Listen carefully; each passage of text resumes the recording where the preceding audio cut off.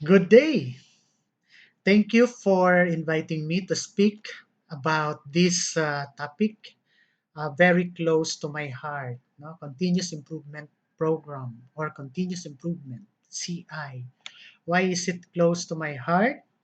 Because during that time, um, the Department of Education required schools division offices to send representatives from the SDO to participate in in a 1 week long seminar for continuous improvement. So it was initiated by the National Educators Academy of the Philippines, or NEA, um, in 2016.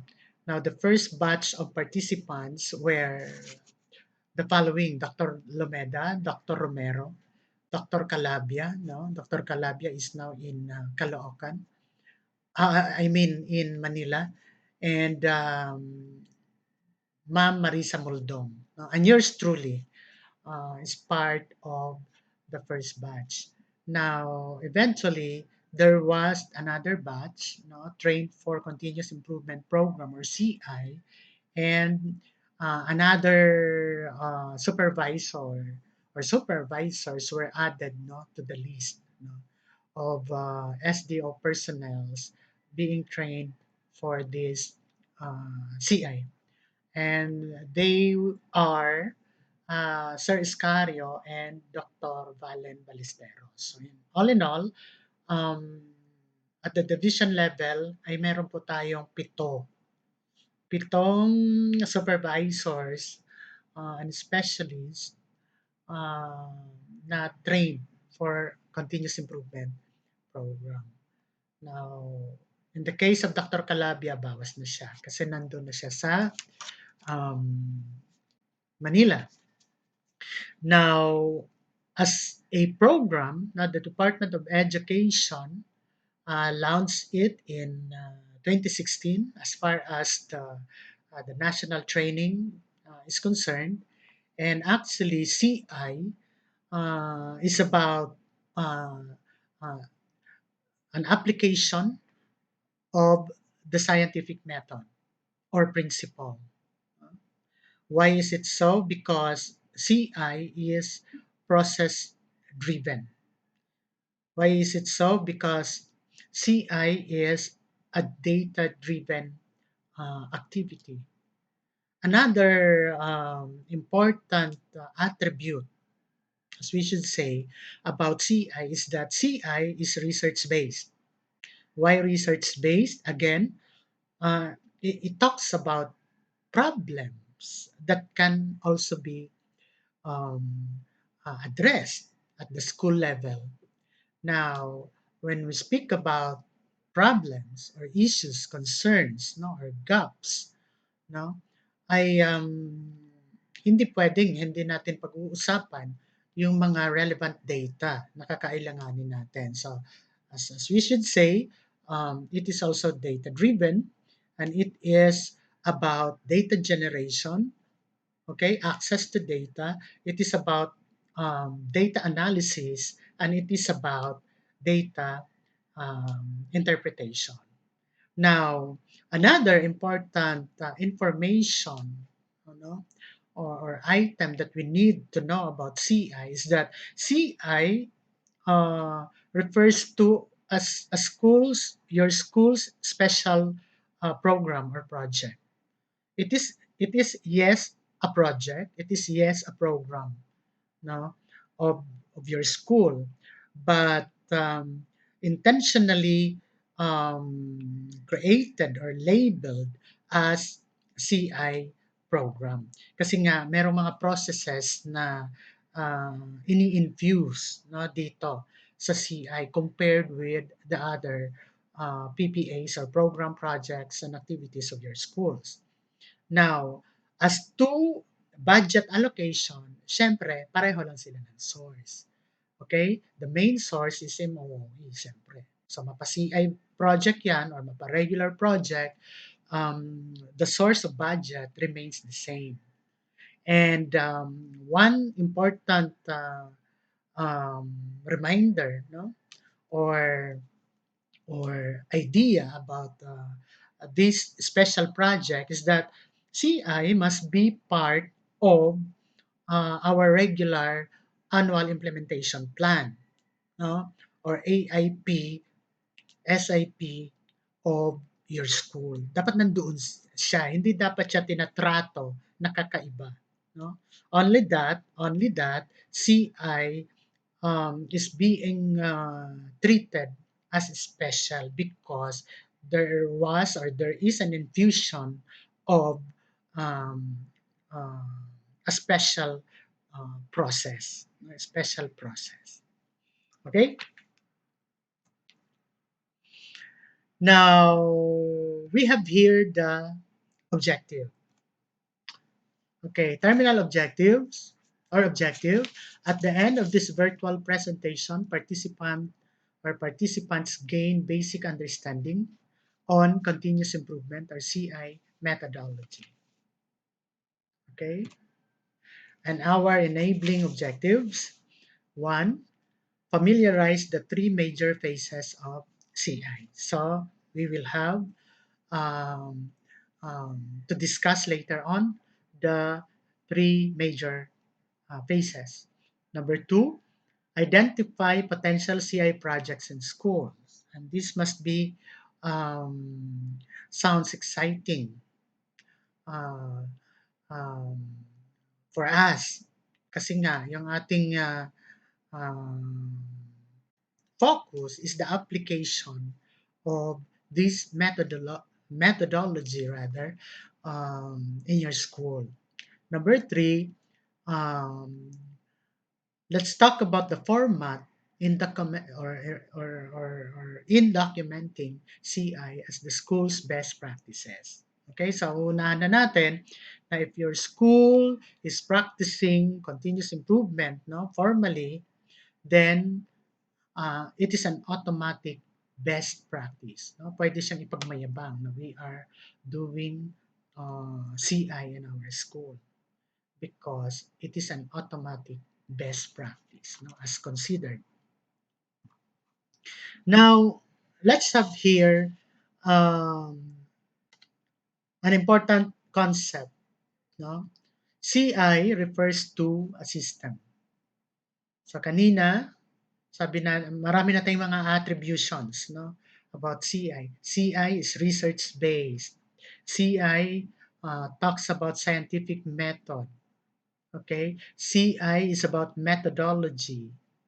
And another attribution or term that can be attributed, no, to CI is CI um, as a system. Now, as a system, um, it refers to the entire system, no, of your school. And it consists of interdependent and interacting parts with a single purpose. Sabi nga nila, no man is an island. Yan, very classic. So, CI must be interdependent, it should be interacting, and it should have uh, a purpose. It should have um, an ultimate goal, no, as a project. Okay? So, yeah. Now, I would like to bring you or bring your attention on this uh, picture.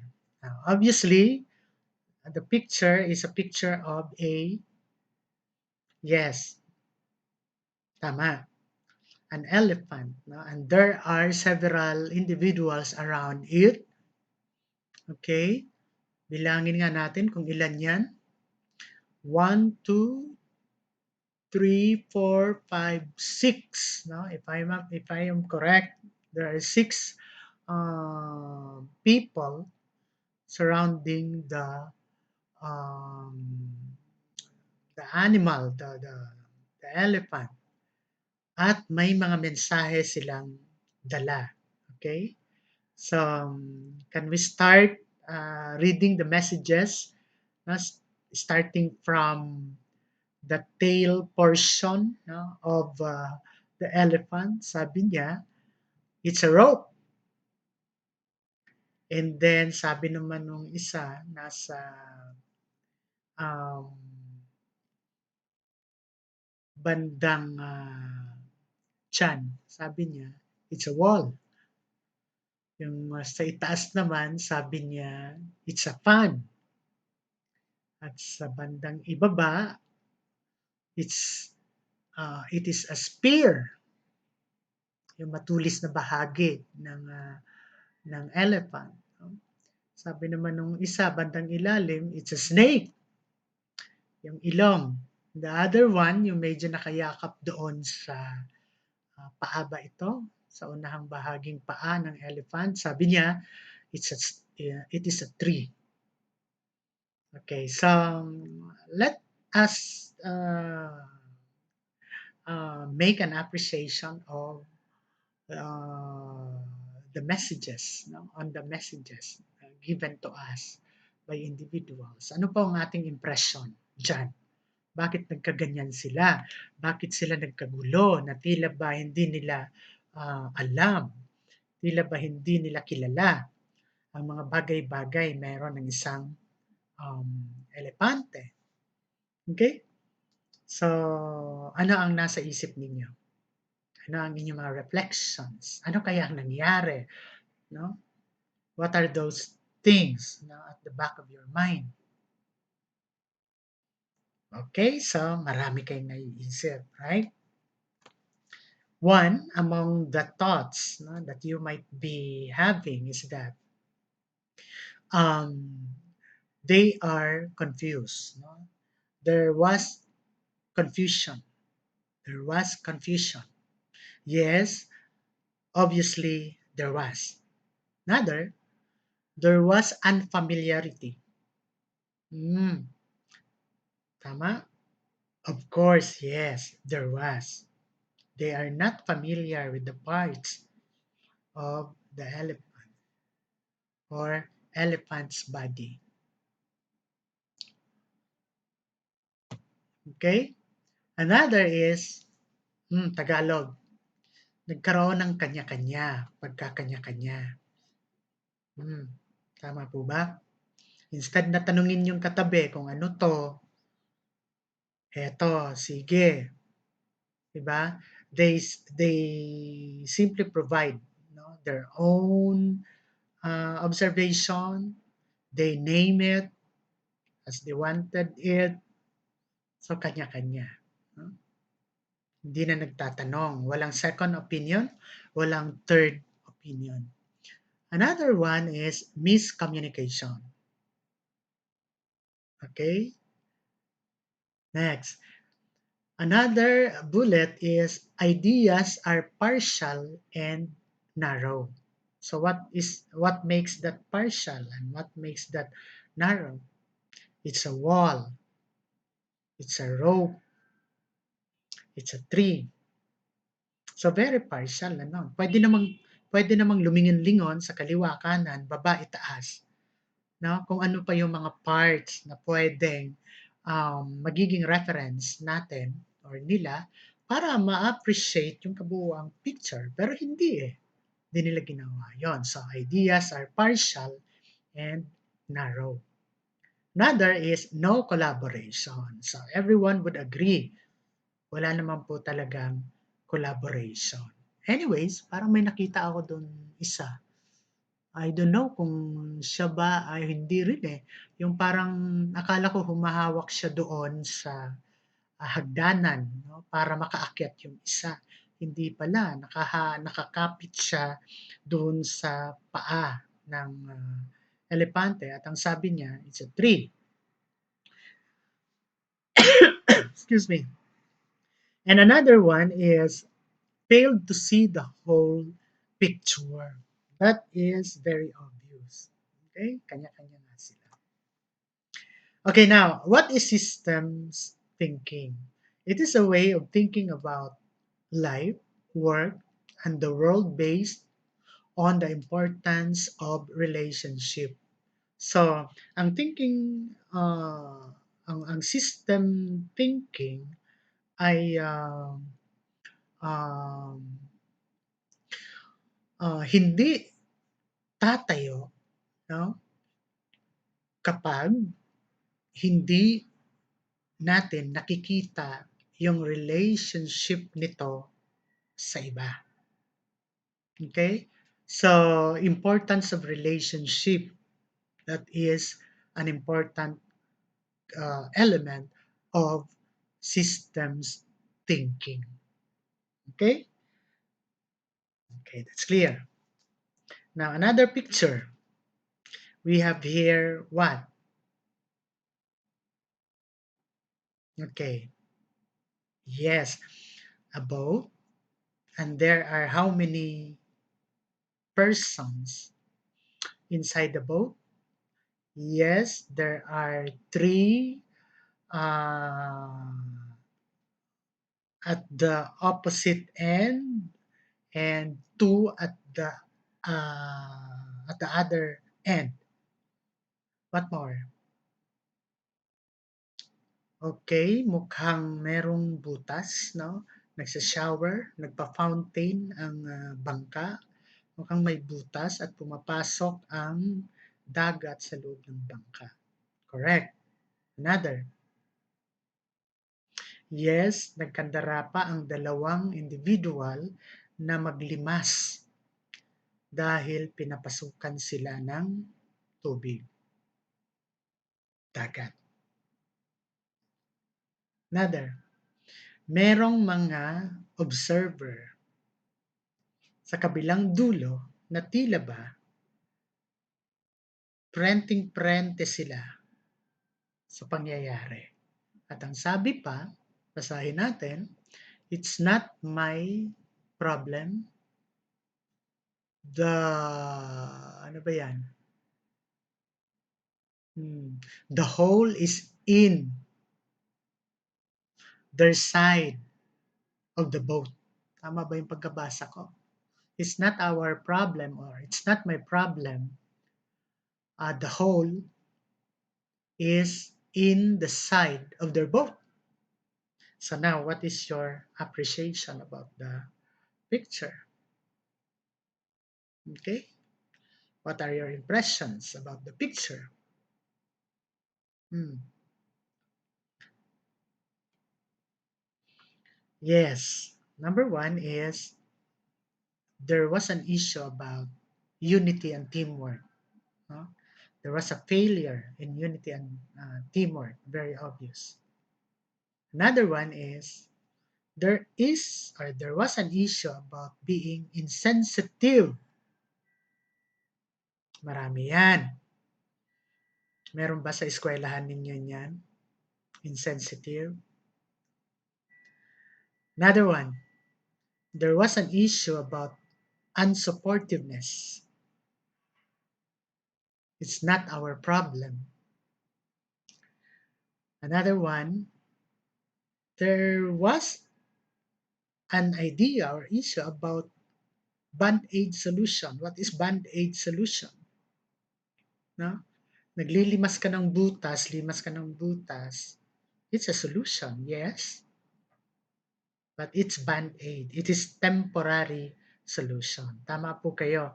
Ang band-aid solution is about temporary cure, not a long-term permanent cure to a specific problem. Very good. Another idea, no, is that they don't really know the real risk. Tama ba? Hindi nila alam kung ano yung panganib talaga. Tama ba namang sabihin mo, it's not my problem. The hole is in their side. Tama? Pero kapag di na makayanan ng dalawang maglimas, sabay-sabay din naman silang malulunod. Diba? Ang ganda ng idea, no? Sa eskwelahan natin, hindi po pwedeng sabihin natin na hindi ko naman trabaho yan. hindi maganda na sasabihin natin, "Eh, di gawin mo." Tama? Hindi maganda na kanya-kanya. Tama? Dapat andun yung tinatawag na sense of ownership. Tama? Dapat andyan yung cooperation, collaboration, support. Dahil at the end of the day, if your school succeed, okay, kayo din naman yon. And if your school failed, syempre kayo din naman yon. Okay? So, yan. Iwanan na natin yan. Another. Confusion. Okay, kanina. Doon sa um, kwento ng elepante. Unfamiliarity, kanya-kanya, miscommunication, ideas are partial and narrow, no collaboration, failed to see the entire picture. Okay? Now, as we marry no those concepts no together, no, we can think of this question: Is it significant to the organization? Yung mga observations ba, yung mga nangyari, no? Mahalaga ba? Mhm. Masidhi ba ang kahalagahan nito sa ating eskwelahan, sa ating organization? Another question is that, can this be improved? Okay?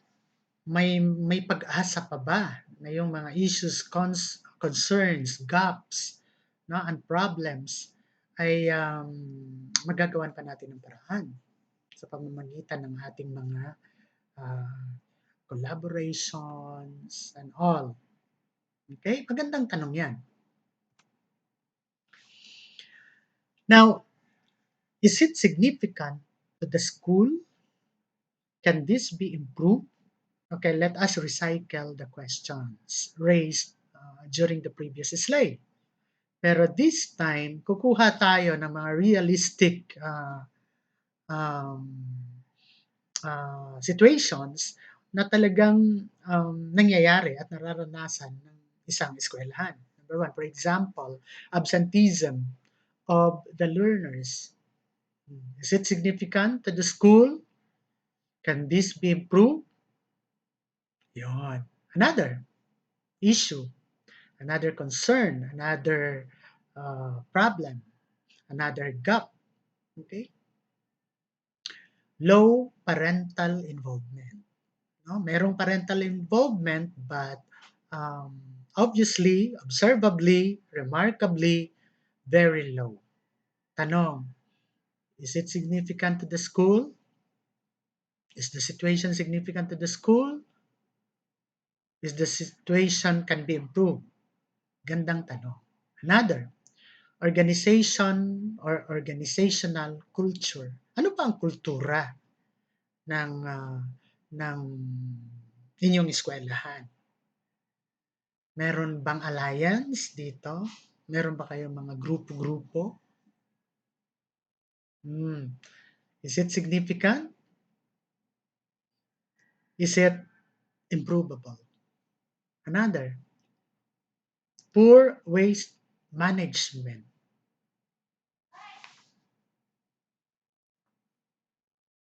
Okay? Another question, is it significant to the school? Can this be improved? Low literacy and numeracy. Sounds familiar. Literacy, reading, numeracy, mathematical skills, and all. Now, significant ba ang bagay na yan? When we say significant uh, as a term, no? It means red flag. Red flag. Pag sinabi nating red flag, it is something that requires uh, the attention of the concerned teachers, master teachers, head teachers, principals, parents. and all the stakeholders. So, pag sinabing red flag, significant yon, diba? Because it calls the attention of the concern. Okay? Low stakeholder support. Nakailang brigada na tayo na ang ating stakeholders ay instead na padami, parang kumukonte, parang bumibitaw sila sa atin. Is it significant to you? Can this be improved? Another is poor student empowerment. Nag-organize tayo ng iba't ibang mga clubs, nag-organize tayo ng mga student leader, organization of student council, um, di ba? Pero wait, low or poor student empowerment. Kung sino pa yung official or officers, sila pang pasimuno ng problema. Okay? So, yun. Another, rampant campus bullying. Is that the case also of your school and others? Okay. Now, here is the phases. There are three phases mentioned in our uh, objectives. There are three phases. The first phase is assess. No? Now, under this phase, there are four important activities. The first one is get organized.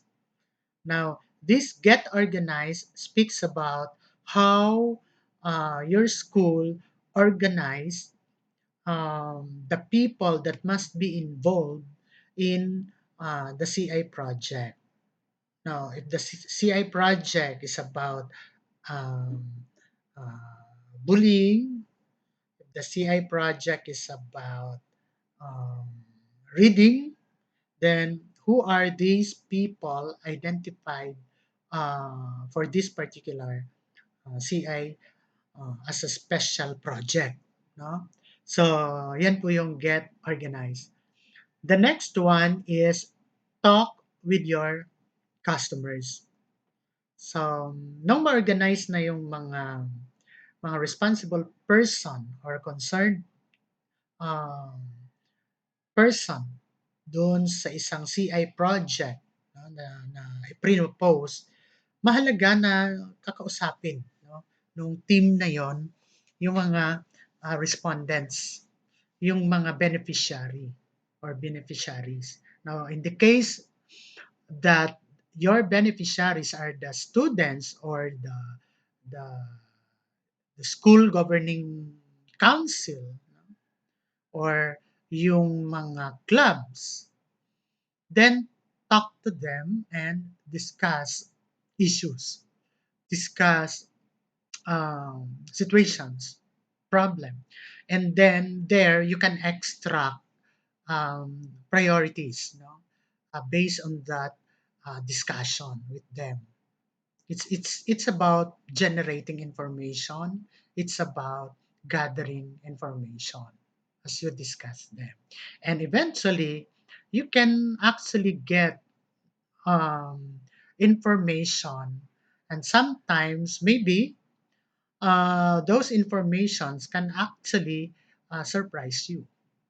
May problema pala, may issue pala, may concern pala na dapat um, ma-improve.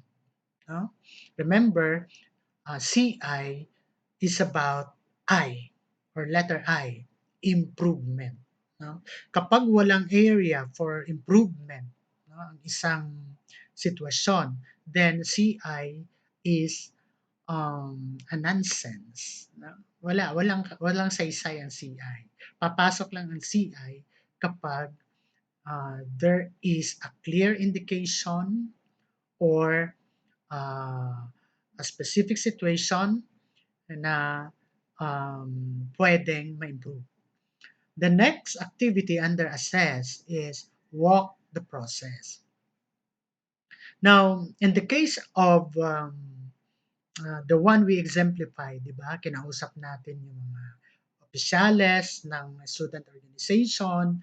Um, Sinabi nila na dito kami may problema. For example, sa communication, they cannot gain full support from the members of the organization, no? Student organization, kasi hindi informed ng iba na meron palang activity sa eskwelahan, kaya ang participation rate ng mga bata ay napakababa. So, kwinento ng mga opisyales, ng mga officers sa inyo, as a committee, no? Doon kayo nakakuha ng idea na, okay, this is where we can incorporate or infuse solution or improvement, no, of the process. Kaya ang gagawin nyo to confirm, hindi naman pwedeng bara-bara. Dapat in the process, sabihin natin, o sige nga, patingin nga, ano ba ang proseso kasi ninyo ng pagbibigay ng information sa inyong mga members? Tama? Bakit hindi nila alam? Okay? Bakit hindi sila aware doon sa mga activities? Bakit hindi sila nagpa-participate? So, paano ba ninyo ito isinagawa? Okay? So, it's like you are letting these officers to demonstrate the actual process. Yan yung tinatawag na walk the process. Okay? So, I know you get the point. The fourth activity is about identify priority improvement areas. Now, nakita nyo na as they walk the process or nung in-illustrate na nila yung actual process ng pagbibigay nila ng information or information dissemination, nakita ninyo yung mga um, area na problematic, needs to be improved. Okay? Nakita ninyo sa process. So, medyo butt-in tayo doon. No? So, identify natin kaagad, okay, number one, dapat mag-assign tayo ng responsible person to ensure na ang information ay makakarating sa akin ng uukulan. Tama? For example, dapat merong, kapag may communication, dapat pinapa-receive yung communication doon sa kinaukulang student official, something like that. O dapat in a process, dapat maglagay tayo ng portion kung saan meron dapat regular follow-up. Regular follow-up. Okay? Kung sa ating term, no, sa millennial, no, kayo pala, hindi ako. Sa term ng millennial, 'di ba, i-buzz, no? Ibabuzz natin sila. Ibabuzzer natin sila na, uy, malapit na yung activity, natanggap nyo ba yung uh, communication or memo? So, dapat may ganon kasi nakakalimutan din siya. So, at least, no, that is about assess. Assess. Get organized, talk with the customers, walk the process, identify priority improvement area. The next phase or step is under analyze. Okay, the phase is analyze and the steps are the following. There are 3 steps. Okay, the first step is under analysis is do root cause analysis. So, hindi pa tapos yung kanina. No? Hindi pa tapos yun. Dapat may mga root cause. Kasi po, maraming kwento na wala namang kwenta. Huwag tayong mag-rely. No? Huwag tayong mag-rely doon sa kwento. No, kaya nga nagdo-do the process kayo eh. Pinapa-illustrate ninyo yung actual nangyayari. And then, do root cause analysis. What causes the delay? What causes the miscommunication? What causes the problem? Okay po? So, siguro po hindi na natin dapat pagdebatihan na kapag ang bangka ay pinapasukan ng maraming tubig dahil nagkaroon ito ng malaking butas, no? Katulad nung picture na pinakita kanina, anong ginawa nila? Naglimas, naglimas, naglimas. Yes, it was a solution, but It was a kind of solution that was not anchored to the real or to the root cause of the problem. So, anong dapat gawin? Dapat ang tatakpan nila ay yung butas ng bangka. Correct. Tama po kayo doon. The next step is develop solution. Okay? Kita na, may butas pala bangka, dapat solusyon. Tama? Kami nung araw, no, kapag sumasakay kami ng ganyan, ng bangka, kasi yung aming probinsya ay yung mga kamag-anak namin ay malapit sila sa dagat, no, sa bayan. So every time nandun kami, naglalaro kami ng ganyan, nagsiswimming, sumasakay sa bangka, and sometimes may mga bangkang may butas. Ang ginagawa namin ay tinatakpan namin ng um, yung tsinelas, yung butas, no, sinisiksikan namin. Minsan, inaapakan nga lang namin para hindi hindi tumagas yung tubig. Makakarating lang kami doon sa spot kung saan doon kami naglalaro, nagliligo.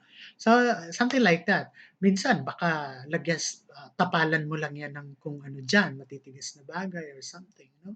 So, it's about developing solution. And it would be easier for you to develop solution because you went through the process mula kanina, no? From the assess, okay, data-driven, okay, analyze based on available data, no, at hand.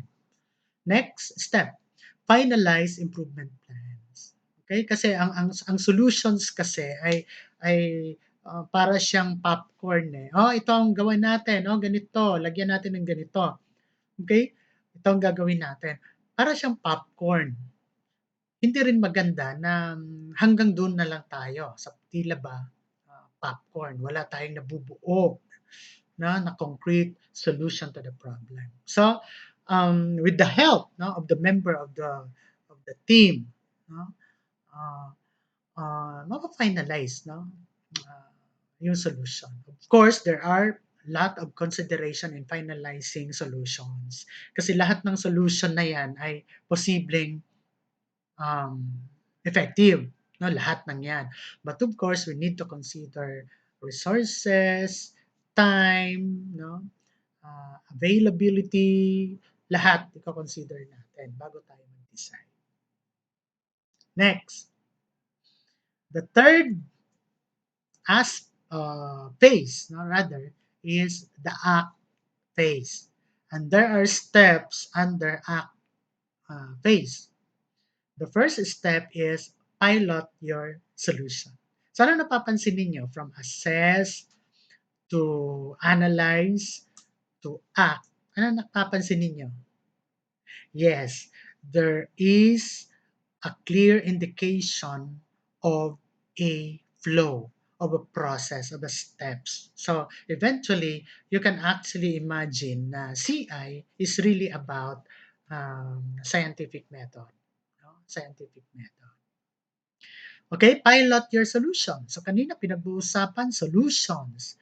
And then among solutions, we agreed, no, the team agreed uh, to come up with one solution, no, to a particular problem. And then piloting of solution. So ibig sabihin, huwag magmadali, no? Kasi 'di ba sabi nga nila ang tumatakbo ng mabilis, matinik man daw ay ano ba 'yun? Malalim, something like that. So there's a danger. There's a danger of running so rush. Okay? Okay, now gano'n din po sa CI natin. Huwag nating madaliin, klaruhin natin. Let's pilot. Try muna natin. Yun yung tinatawag na dry run. Tama po? So we're all familiar about the term dry run. So subukan muna natin ng ilang buwan. Kung okay ba. Okay, try nyo nga to, mga anak. Yung ating example kanina about the problem of the student officers. No, okay. So, try nyo nga 'to kung mag-workout, no? Ganon, dry run. And then, roll out your solution.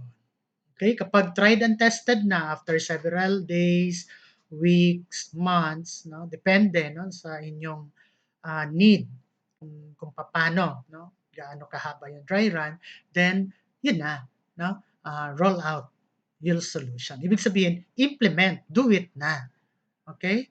Let's do it na as a standard, no? Part na ito dapat ng inyong um, proseso. Okay? So, i-segue ko lang ng kaunti yung ating sitwasyon. For example, sa division office. Now, my office is monitoring and evaluation. Now, ideally, as an MNE, at least kung hindi man namin um, ma-explore lahat ng mga programs and project ng division, at least we have the idea about what are happening, no, in the division. May training bang ganito, may naganap bang testing, at least as monitoring and evaluation, may alam kami. Kaya ito yung aming mga continuous improvement advocacies or proposal.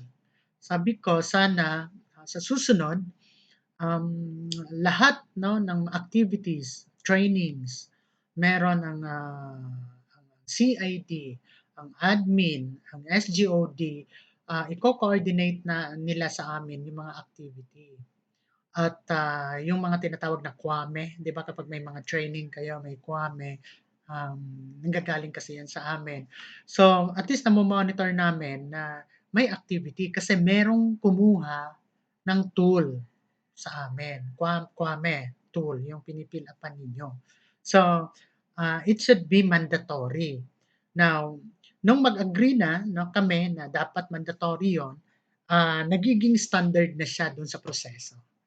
Na um, walang nag implement dapat ng activity na hindi nakikipag-coordinate sa amin for Kwame and for monitoring tools. Tapos yung mga tools natin ngayon ay sinisikap natin na magiging Google Form na siya para lahat yung consolidation ng mga monitoring tools ay pumapasok kaagad sa system at mabilis naming kina-consolidate. So now what we are working now with Joseph is that sa bawat activity, kukunin namin yung memo at dapat doon sa memo, part kami ng committee or TWG, no, as Kwame or M&E, and then after the activity, i-attach namin yung results ng evaluation. Yung mga evaluation forms, whether manual forms or the Kwame tools generated from the system, yung Google. So mas mabilis po mag-consolidate at the same time to analyze. And then kapag intact na sa amin yung bagay na yan, we will interpret, we will analyze, no, the data, the information generated from Google Sheet. We consolidate, we analyze, we interpret, and then we uh, provide copy, no, to the concerned office, yung tinatawag na sino ba ang proponent, no, sino ba ang process owner ng activity na ito. So ifo-forward namin doon yung analyzed results. Now, as you can imagine, hindi naman siya agad-agad na perfect at mahirap ma-achieve yung perfection, right? Ang mahalaga, we improve based on needs. Based on needs. Now, the third step is check your progress. It's about monitoring. It's about monitoring. Kaya sa inyong SBM, kapag wala kayong monitoring system or mechanism, nababawasan ang score ninyo.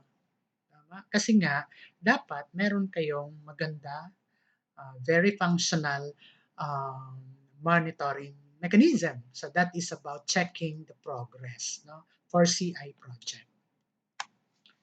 Now, yes, no, those were the three phases, and let us review: assess, analyze, and then act. Assess, analyze, act. Okay po. Next. Now, another agenda, no, important agenda is about documenting CI project. Okay? This is very important. Now, mayroon na rin tayong mga trainings dito about documentations. Tama po, doon sa ating mga CI um, committee. Dito sa inyong eskwelahan, yeah, meron kayong CI committee. So, may mga trainings na tayo dyan about how to document. But of course, for the information, no, of everyone here in this virtual orientation or training, I would like to present to you the following, no, uh, processes about documenting your CI project. Okay. So medyo pinutol-putol ko na lang yan dito, pero actually it is a one-page um, form or tool or uh, as we should say, format, no? Format in documenting continuous improvement project. Okay. Now, basahin natin itong reminders. All CI project owners or focal person are encouraged to document the implemented project using the prescribed format. CI project is considered qualified if it is implemented in schools for more than a year. Mahalaga yung figure na yan. So, bago mo siya, no, ma-claim na best practice, at least yung inyong CI project ay implemented na siya a year or after 1 year. Okay. And reflected in the school annual implementation plan. Tama po. Kasi ang eskwelahan po, no, hindi dapat, ideally, dapat hindi nag implement ng programs na wala sa kanyang AIP, wala sa plano, no? How can you imagine implementing a program, no, without making sure that this is indicated, no, in the annual implementation plan. Saan ka kukuha ng budget? Maliban na lang kung yan ay biglang may nag-sponsor or something, no? Pero dapat kahit na kapag merong biglaan at the middle of the year, merong biglaang nag-sponsor ng project and then you found out na wala yung project doon sa AIP ng inyong eskwelahan, dapat ang gagawin, di ba, i-adjust, i-update yung annual implementation plan at isisingit ninyo yung bagong project na yon. That must be an ideal reaction, no, of the school kapag may mga bagong projects kasi hindi po talaga pwede na hindi siya mai-account, no, doon sa plan. Doon sa plan. That's about the reminder. Now, as to its parts, no, letter A is the background part. No? It's more on narrative. It's more on narrative po. Sa umpisa, medyo mahirap, nangangapa tayo, but along the way, namamaster din natin siya. So, ito po ay ginawa ko parang, alam mo na, parang steps or direction, no? Parang directional lang po siya, no? Directional lang po siya. Para bagang nasaan ba ang inyong library? Okay? Para bagang sinabi nga, sige sir, uh, uh, pagka labas nyo dyan, tingnan nyo po yung mga signages, sundan nyo lang po yung mga signages. So, yan yung directional. Okay, now let's have number 1. Briefly discuss the following. State the broad problem that this project is addressing. Ano ba talaga ang problema? Ano ba sitwasyon? Example, there are 200 out of 2,500 pupils of XYZ Elementary School are sardos, are pardos, are lardos. Ano ba tawag natin? Parang lardos na. Learner at risk of dropping out. No? So, at least, no? Identified yung problem. Okay, next. Who are the beneficiary of this project or CI project? Hmm. The officials of the student council. What are the expected outputs of this project? Hmm. Ano ba ang nais nating ma-achieve at the end of this project? Remember, ma'am and sirs, ang project po kasi ay cycle. Cycle po kasi ang project. Meron siyang start, meron din po siyang end. Now, ang tanong, at the end of this project, ano ba yung mga concrete na achievable outputs ang nais nating ah, marating? Yan po yon. So just present, just discuss. What are the expected outputs of this project? Okay? What are the needed inputs? Now, kung meron kang output, hindi magaganap yon kung wala kang input. So, ano ba ang mga inputs natin? Yung inputs are actually technical assistance, it can be material inputs, it can be tangible, intangible inputs, actually advices, can be considered as intangible inputs. Supplies, now raw materials are tangible inputs. Okay, so you can imagine producing hamburger. No? Ang output natin ay hamburger. For example, sino ba ang TLE? Teacher. Dito. Halimbawa, food, nagpapaluto tayo, mga bata, no, sa kanilang mga return demonstrations, sa kanilang mga work performances. Tama po, papa-output tayo. So, malinaw ang output. Tama? Pero, malinaw din po ba, no, sa atin yung mga input? How about the process? No? Baka makaligtaan din natin. Kasi wala din namang mangyayari doon sa inyong mga advices, sa inyong mga material inputs, everything. Kung hindi rin klaro, no, yung process, 'di ba? Yung throughput na tinatawag.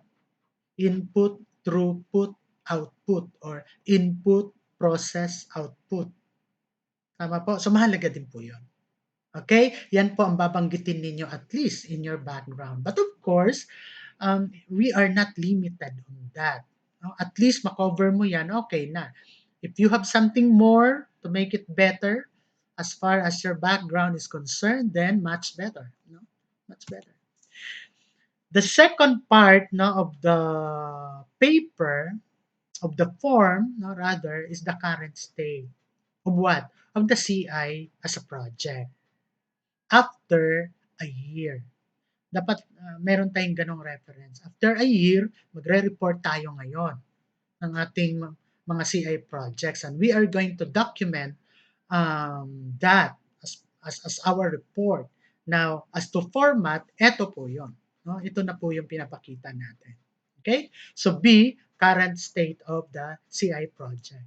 Briefly discuss the following. Number one, what were the concerns, issues, gaps, or problems raised by the concerned beneficiaries during the consultation with the project beneficiaries? Parang paulit-ulit yung beneficiaries. So, what were the problem? So, kwento mo, no? Kwento mo siya, yung problem. Tama po? Kasi nga, our assumption here is that uh, um, you implemented a CI project last year. Now, before, this is an assumption ha, before the year ends, okay, sabihin na lang natin, nag-i-evaluate kayo ngayon. No? Uh, tinatanong nyo ngayon yung mga stakeholders, yung mga involved, no, doon sa project. So dito nyo ngayon makukuha, no, yung mga information. No, what are the issues? Kasi nga then after that, ang haharapin na naman natin ngayon is yung next school year. Siyempre, CI is continuous project kasi. Hindi po pwedeng tapos na last year, Eto na naman ang ating CI project for this year. Dapat kasi meron siyang element of continuity. Element of continuity. Okay? Congratulations. Last year, ito yung ating CI at ito yung ating improvement. Pero hindi pa rin perpekto ang lahat. Tama? For this particular school year, based on our experiences in the past, again, we need to improve the process. Tama? Tama? Yes, we improved a lot during the previous year, but this year, we will continue the project, the CI project, with another inclusion or inclusions of um, um, another interventions or improvement dun sa process. Kasi nga, wala namang perfecto na proseso. So, yun yung tinatawag na continuous improvement hanggang sa ma-achieve natin yung level kung saan pwede na natin sabihin na level of excellence, level of practice, 'di ba may mga ganyan-ganyan tayo na level. Kaya sa inyong SBM, 'di ba, level 1, um, um, may mga descriptions 'yan. Um, um, level 2, maturing, level 3, um, um, ano bang description doon? So, yun po, no? Pataas ng pataas yung yung level natin as to numerical figures, as to um, verbal descriptions. Okay? So, yeah. Now, number two, what are your observation with the current process of your school in addressing the above identified problem? Present the current process. Tama? Ano ba kasi yung ginagawa nyo ngayon? Na huwag tayong lumayo dun sa ating example ha. Pagkatapos ng lahat ng mga technical assistance advices, no, ng committee, no, ng mga teachers doon sa officials, no, ng ng mga mag-aaral, no? After a year, kumusta na? Okay? So, um, um, na-implement ba? Nag-improve ba? Now ngayon, haharap tayo ulit sa panibagong taon. So magsisilbing springboard natin yung karanasan nila ng mga officials nung nakaraan, tama? Yung current na sinasabi. Okay? So mahalaga po ito, no, na makita natin for continuous improvement. Okay? So ngayon, kapag nakikita na natin 'yon, no? Mai-integrate natin ngayon yung mga panibagong interventions, panibagong improvements, mga proposal for improvements doon sa panibagong proseso. Now, kapag sinabi nating proseso, imagine niyo po yung flow chart. No? Flow chart. Everybody is familiar about process flow or flow chart. Ang flow chart po or process flow ay designed po siya para um, ma-revise every now and then. Hindi siya dinidesign na once designed, forever. No? May forever sa flowchart. Wala po. Na every year, okay, as you implement and monitor no, the CI project, now the results of your monitoring would become your stepping stone or springboard para harapin ang panibagong taon with a new improved process flow. Yan po, tama po ang pagkaintindi ninyo doon sa new and old process flow. Okay po. Last, what are the data or data sources which you use, which help you in describing the current status of the CI project. Bakit nyo nalaman na ito yung proseso ninyo? Paano nyo nalaman yon? Tama na ito yon. Of course, 'di ba? Tayo namang mga guru kasi, lalo na yung may mga hawak na mga coordinatorship, 'di ba? Palagi naman tayong may access sa kanila eh, 'di ba? Palagi tayong nagpapa-meeting. No? So more or less, alam natin yung progress, alam natin yung data. Every now and then, nababalikan natin yung proseso or standards na in-implement natin. And eventually, tayong mga coordinators, no, mga teachers, alam natin kung anong area uh, uh, na nagre-require ng improvement, future improvement.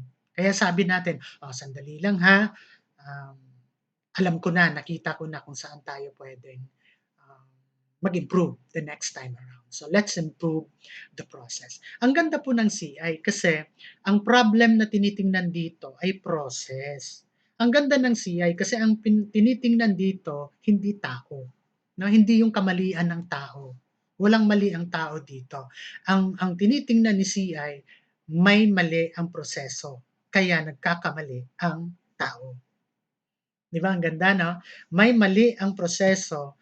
That's why nagkaroon ng pagkakamali ang tao. Ang ganda ng CI. Kaya I love CI. Continuous improvement. Next.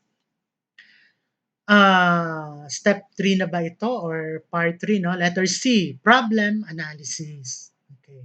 How are you going to go about problem analysis? No? Kung ikaw ay CI um, proponent, no? Ikaw yung focal person sa CI na ito. Okay?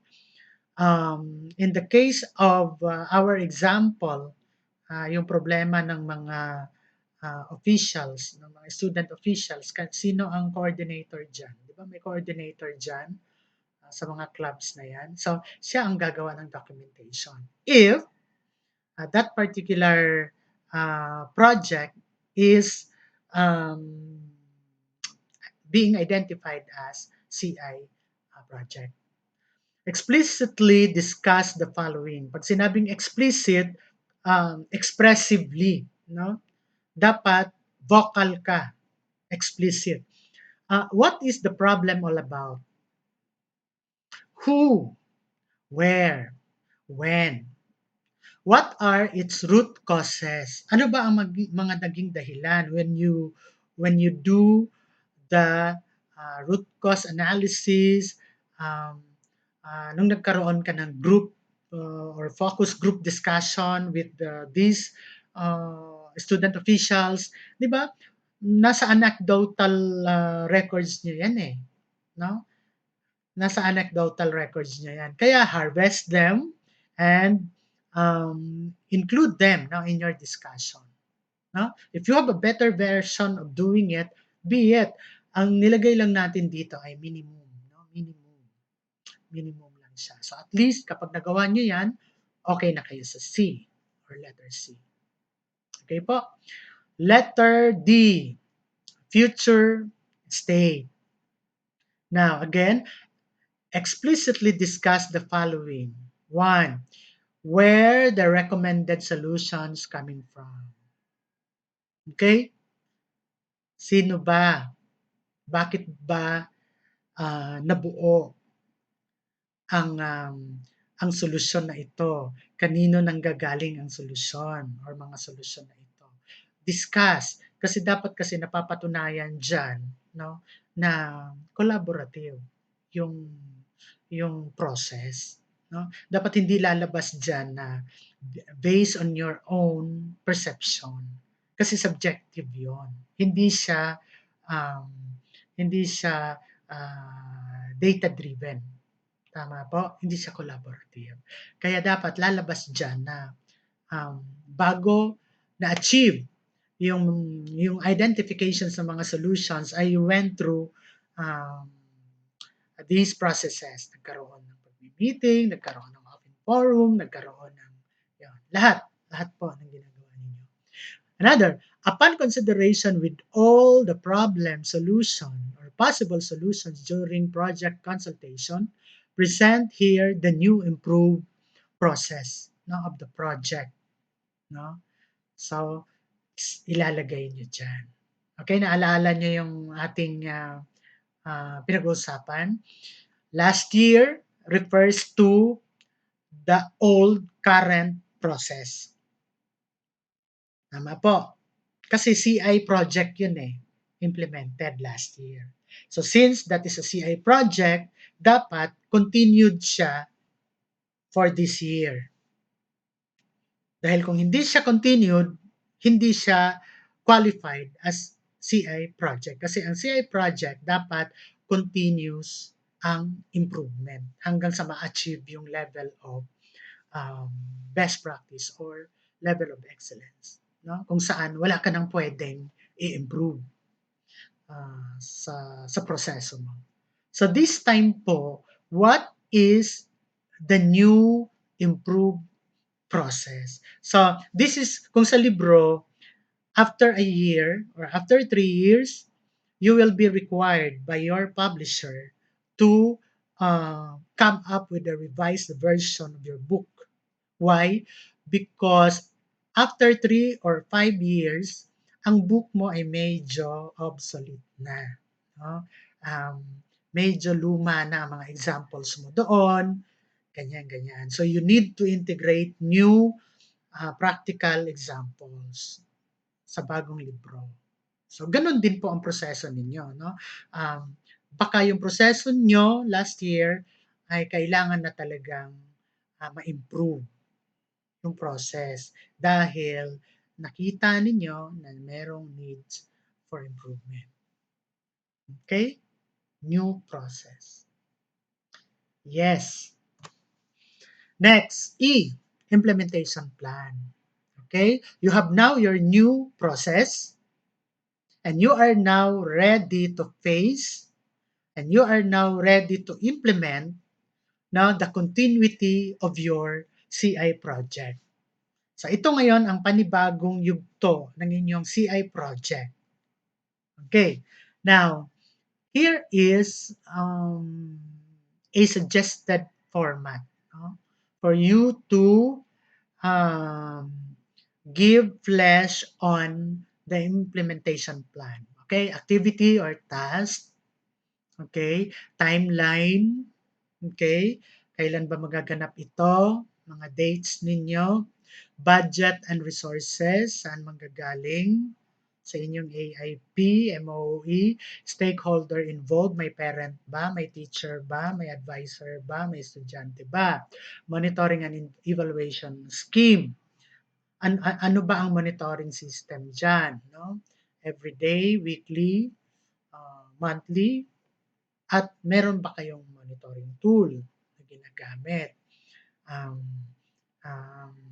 actually, yung inyong mga anecdotal notebook can serve as or can serves or it can also be used as your monitoring tool. Kasi habang nagmo-monitor ka, nagre-record ka eh, no? So, that can be considered as monitoring tool, yung observation ninyo. Now, if you can come up with a tool na merong checklist, okay din po yun. So, yan. As long as you can provide your mechanism to monitor your CI project, no matter. Tama, lahat naman tayo dumaan sa mga ganyang pag-aaral, lalo na yung mga masters, maging sa undergrad, no? Pinag-uusapan naman yung mga evaluation, no? Evaluation and assessment na yan. Ano yung mga risk factors na nakita natin? Okay? Pwede nating ilagay dyan yung risk factor, no? Yan lang naman po ay ini-introduce natin, but you can contextualize that. So ano ba itong mga risk factors? Ito po yung mga naiisip natin na along the process, this can be something that we can possibly encounter along the way. Now, with that risk factors, madali nating mapaghandaan. You know? What if, no, yung ating mga contingency plans na tinatawag. What if this particular situation happens? What if kung biglang bumagyo? What if kung biglang merong lockdown? Yan, something like that. So, at least nakikita natin and then at the back of our minds, alam natin how to combat or how to address risk. So, I hope that format can help you in documenting also your study. Okay? So, as I told you, you can improve that. You can improve that. Make sure better version of that. F, results. Now, explicitly discuss the following. Okay? What are the observation findings before and after piloting the project? 'Di ba? Okay, now, ganito. Ito na ang panibagong yugto ng inyong ng CI project. Ito yung bagong process flow. Okay? Okay. Now, nag-pilot kayo ng panibagong process. Tama? Nag-pilot kayo ng panibagong process. Na very quickly, no? Depende naman 'yan eh kasi along the way, kapag na-implement na natin ng isang CI project ng 1 year, 2 years, 3 years, 4 years, meron na ring mastery level 'yan eh. Ano po? Now, yung pagpa-pilot test no ng process ay minsan naso-shortcut na lang natin kasi nga may mastery level tayo. Para bagang sige nga pilot natin ito, parang dry run natin. No? So ganon. If there is a need to do it, if there's a need to do it. Another one is how do the benefits of the project justify its cost? Okay? Cost benefit analysis. Okay. Now, itong panibagong yugto ng inyong CI, um, may may hinaharap siya ano po na mga challenges no ng mga challenges eh di harapin niya tama tumuloy lang siya kaso nga lang as far as documenting your CI project hindi natin kailangan yung idino-document natin na para bagang um, tayo ay mga manghuhula na ito yung mangyayari, ito yung ma-achieve. No, hindi yan. Ang mado-document lang natin using this tool, okay, nasa F na tayo, ay yung mga naganap na. Tama? Ay yung mga naganap na.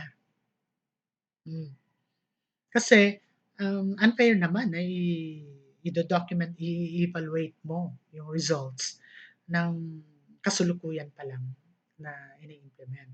Well, may makikita tayo doon, 'di ba? May mga observations din tayong makikita, pero parang 'di ba, nagpapagod lang tayo. Mas mahalaga nang imo-monitor natin or i-document natin ay yung mga um, natatapos na project. Okay pa? Yun. Documentation yun or reporting, no? Reporting. Okay. G, as part of your documentation or reporting, lessons learned. What are the lessons learned after the implementation of the program? Sabi nga natin, after 1 year of implementation. Okay, ano ba mga natutunan natin doon? How can you recommend or share the adoption of this project to other schools? Meron ka bang guts na i-recommend ito? Parang mahirap. Ano po? Kung titingnan mo sa kabuuan. Pero kung titingnan mo na, kahit meron kaming mga medyo lapses as we implement the CI project no, during the previous year, meron din naman kaming mga magagandang ginagawa or magandang nagawa. So in other words, worth it din naman po na ire-recommend natin yung mga bagay-bagay, no? Yung mga practices or certain practices or experiences sa iba na ito yung ginawa natin. Tama? Worth it po yun. At sometimes, no, objectively, maging yung mga karanasan natin na hindi kagandahan, actually po, no, on the other side of the coin, worth it din po siyang ipasa sa iba or ikwento sa iba or recommend sa iba. Tama po? Um, as a learned lesson. So, yun po, no? Pwede nating tingnan dyan, no? On its positive side, na maging ang ating mga bad experiences ay worth it din po na um, i-share, no, sa iba. Nasa inyo na po yan kung paano nyo yung paraan, no, ng pag-share, no? Okay, pagre-recommend. And that ends our um, format, no? Reporting format prepared by CI project owner or process owner, yung team leader, kung 10 kayo diyan, team leader, okay, lalagay mo na lang diyan yung members mo sa report. Okay, team leader, lahat kayo dyan. And then, check by your school SBM coordinator. Nilagay ko po ang school SBM coordinator para lang meron siyang access doon sa inyong activity. Dahil dapat mailagay yan doon sa inyong SBM corner. Tama? Kasi during validation, ito yung mga hinahanap. No? Ito yung mga apple of the eyes. No? Apple of the eyes of the validators, no, na meron kayong mga ganyang best practice. Okay, and then your school head, magno-noted siya, hindi approve. Noted kasi report lang naman yan. At maglalagay din siya ng remarks below. Maglalagay siya ng remarks doon sa inyong documentation. So that's it, no? Yung format na yan po ay prescribed sa atin ng central at regional office. Pero as to the instruction, yung nilalagyan natin ng parang guides, tayo na po ang gumawa niyan sa division office. No, para lang you know, um, may masusundan tayong mga instructions on how to go about documenting or reporting your um, CI project. Okay po? So this is your form, no, in reporting or informally or to formally report your CI project. Your CI project. Okay. Okay. Now let's take this opportunity to um, get um, concern, no, your questions about CI project, no. Uh, I think the committee can provide ample time for question and answer portion. Okay. Okay. Thank you.